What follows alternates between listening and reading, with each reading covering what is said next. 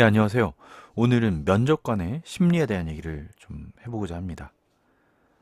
면접이라는 것이 어떤 과정인지, 요즘 뭐 면접을 또 보시는 분들이 계실 수 있고, 또 사실은 면접을 자기가 보는 입장만 생각을 하는데, 더 중요한 거는 면접관의 입장에서 도 생각을 해보는 게 저는 더 중요하다고 생각을 합니다. 왜냐하면 결국 그 면접관의 어떤 그 원하는 바를 채워줄 수 있어야 되는 것이고, 내가 내 나름대로의 노력만 한다고 해서 그 사람들이 좋게 볼 것이냐 라는 생각을 해볼 필요가 있어요. 그러면 자, 일단 뭐 면접관의 심리 전에 일단 면접관이 어떤 질문을 할지를 보면은 무조건 1번은 이력서예요. 뭐 경력 사항도 있고 자기가 쓴 자기소개도 있고, 무조건 여기서 질문이 나온다고 생각하시면 돼요. 질문의 출처는 여기에 있습니다. 그러니까 자기가 문제를 낸 거예요, 일단. 왜냐하면 면접관에게 주어진 자료는 그 사람의, 면접 볼 사람의 이력서 외에는 없어요. 예, 거기서 문제가 나오는 거죠. 근데 이제 나도 모르게 내가 경력사항 이런 데서 뭔가 막 적고 싶잖아요. 화려하게 막. 내가 다 했다. 뭐 이 프로젝트 하고 저 프로젝트 하고. 이게 팩트이죠. 사실 팩트인데, 사실 팩트보다 조금 더 많은 범위를 쓸 경우도 있잖아요. 근데 그런 것이 자기를 발목을 잡을 수도 있어요. 왜냐하면 거기서 문제를 더 냈을 때 내가 답할 수 없는 거를 과하게 쓰는 거는 그렇게 좋은 것은 아닌 거예요. 그래서 그 부분이 중요하고, 또 하나는 이 이력을 어떤 관점에 보냐면 이게 사실인지, 실제 참여를 했는지, 그리고 어떤 일을 했는지가 궁금합니다. 어떤 일을 했는지, 그리고 그것으로 인한 영향 또는 결과가 좋았는지 나빴는지. 그러니까 모든 과제에서는 항상 문제가 있어요. 무슨 일을 할 때도. 그리고 사람과 사람이 같이 하는 일이기 때문에 부딪힐 수도 있어요. 그랬을 때 어떻게 그 문제를 해결했고 어떤 결과가 있었는가, 뭐 이런 부분이 굉장히 궁금합니다. 근데 그거를 이 면접자에게 그대로 묻기는 좀 어렵죠. 그래서 사실 여부를 자꾸 묻는 거예요. 그 과제가 설명해봐라. 그러면 설명을 잘하는지를 체크를 해보고, 뭐 어떤 식으로든 우회적으로든 그걸 확인하고 싶어 합니다. 그리고 이제 자기소개 같은 경우에 이제 유의해야 할 게, 많은 이제 그런 이런 그 자기소개를 정리하는 사람들이 얘기하는 것과 저도 동의하는 부분이, 뭐 좋아졌다.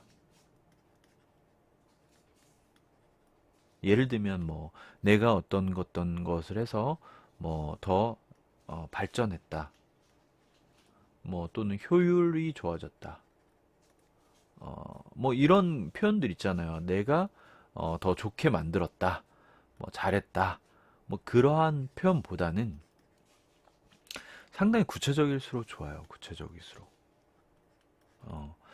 어, 어떤 시스템을 개발해서 그 시스템을 이용함으로써 기존에 들어갔던 유지 운영 비용이 뭐 예를 들면 한 달에 5천만 원씩 들었던 것이 이번 시스템 작업을 통해서 2천만 원 정도로 줄게 되어서 이 시스템 도입 효과가 더 생기게 됐고, 이 시스템을 만들 때 제가 개발 영역을 참여해서 어떤 로직으로 요거를 만들었습니다. 이런 식으로 어떤 숫자적인 거 그리고 실질적인 것들을 표현하는 것이 좋습니다. 그거 자체가 사실인지 아닌지 여부는 믿음의 영역이죠.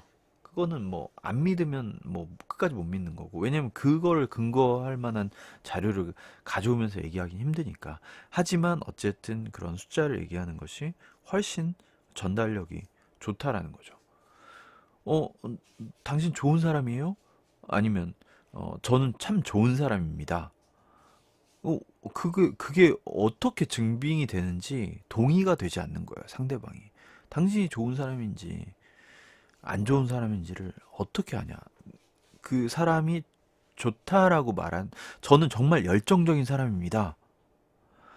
여기서 어, 열정이란 단어에 동의가 되지 않는 거예요. 일단은 그 단어를 쓴 근거를 제시해 주는 것이 훨씬 좋습니다. 예를 들면 제가 과업을 맡았을 때 한 달 만에 수행을 하기로 했기 때문에 그것을 책임감과도 결부가 되겠죠. 그러니까 책임감 있게 하기 위해서 어, 집에 뭐 일주일에 한 두 번 정도만 가면서 날을 새고 일을 했습니다. 뭐 지금 그럴 일이 뭐 거의 없겠지만 혹시라도 내가 열정이라는 단어를 쓰게 된 그 근거가 있다면 그 근거를 같이 제시해 주는 것이 좋다.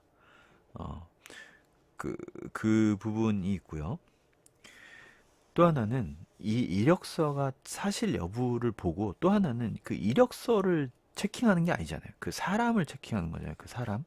그 사람이 결국은 함께 일할 만한 사람인지, 뭐 실무자 면접에선 더 그럴 것을 많이 보겠죠. 그리고 임원 면접에서 마찬가지겠죠. 그 사람이 괜찮은 사람인지, 그러니까 괜찮은 사람인지를 보는 거예요. 그러니까 사람과 사람이 일을 하는 거고, 또 그 사람과 뭐 부딪혔을 때 또는 힘들 때도 같이 있는 거잖아요. 그때도 괜찮은 사람인지가 중요한 거죠. 뭐 아무리 기술력이 좋고 또는 뭐 실력이 좋아도 같이 일할 수 없는 사람들도 있잖아요. 그런 사람이냐 아니냐도 보는 거예요. 그래서 대표적으로 음, 자꾸 이제 압박 질문이라고 하는 표현도 있는데 어, 질문의 뎁스를 계속 깊이 들어가는 거예요. 무슨 프로젝트를 썼어요, 자기가. 주의해야 될 게, 이제 그런 프로젝트를 썼으면 그 내용을 상당히 깊이 있게 알아야 되는데, 뭐 뭔가 많이 했다고 열거하고 싶어서 많이 썼든, 뭐 썼어요. 그러면 이게 만약에 어떤 뭐, 뭐 시스템 구축 프로젝트였다. 그러면 이 구축을 어떻게 했냐?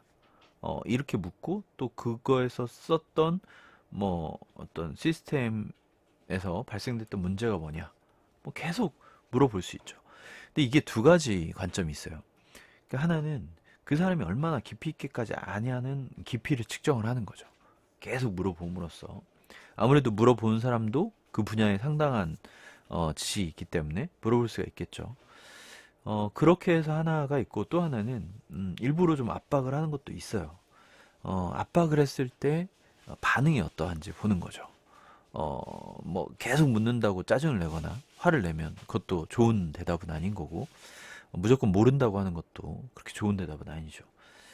그랬을 때 이 사람과 이제 그런 실제 상황이 생길 수 있는 거잖아요. 일을 하면서도 음, 우리가 모르는 상황이 있는 거죠. 같이 모르는 상황. 그때 어떻게 문제를 해결해 나갈지 이런 것도 보는 거예요. 그랬을 때 어떻게 좀 요령껏 잘 한다든지, 뭐 예를 들면 내가 꼭 그거를 모르더라도 그거와 약간이라도 유사하거나 내가 말할 수 있는 것들이 있으면 최대한 말하는 것이 좋고요. 그리고 혹시 그 부분은 진짜로 모른다 그러면 그걸 좀 빠르게 넘어가는 것도 괜찮습니다. 뭐 예를 들면 개발에서도 많은 질문이 있을 수 있고, 뭐 인프라 뭐 그 시스템 쪽도 다양한 질문들이 있을 수 있는데, 클라우드에서 이제 애저나 GCP를 해봤냐라고 질문할 수도 있죠. 자기는 AWS만 해봤는데, 이제 안 해본 게 뭐 팩트라고 하면 뭐 안 해봤다고 하면 되는데, 이걸 궁색한 변명으로 갈 수도 있고 좀 나이스하게 풀어갈 수도 있을 것 같아요. 그러니까 AWS를 깊이 있게 다뤄보고 실제 서비스들 그 안에 있는 것들을 많이 사용해 보면서 클라우드에 대한 전반적인 이해를 하고 있어서 GCP라든가 애저도 그런 어느 정도는 클라우드의 성격이 있는 부분으로 인해서 빠르게 학습하여서 뭐 대응할 수 있겠다, 일을 할 수 있겠습니다 라고 좀 의지치를 포함해서 긍정적으로 답변하는 것도 괜찮다. 무조건 안 해봤다, 못한다라는 것보다는 훨씬 낫죠. 그래서 못 해보거나 안 해본 것은 의지치를 좀 얘기해도 괜찮은 것 같아요. 네. 왜냐면 같이 일할 만한 사람인지를 보는 거니까. 그런 부분도 있을 것 같고요. 그리고 무엇보단 그 면접 보실 때 그 자신감 있게, 특히 이제 자기가 지금 뽑고자 하는 분들이 같이 일할 확률이 높고, 또 자기 쪽에서 이제 같이 일하고자 하는 사람인지를 보는 거기 때문에 자기 스스로도 지금 지원하고 있는 쪽으로 이제 해보고자 하는 마음을 좀 가지고, 좀 갈등적인 상황이 있더라도 가지고 어, 대응하는 게 좋다라고 생각이 됩니다. 뭐 또 관련된 얘기를 하고 이렇게 또 정리를 했고요. 제가 최근에 시간이 좀 많진 않아서 영상을 자주 못 올리고 있는 상황이라서, 뭐 궁금하신 내용이나 질문 있으시면 그 위주로 좀 답변 드리고 또 영상 올리도록 그렇게 하겠습니다. 감사합니다.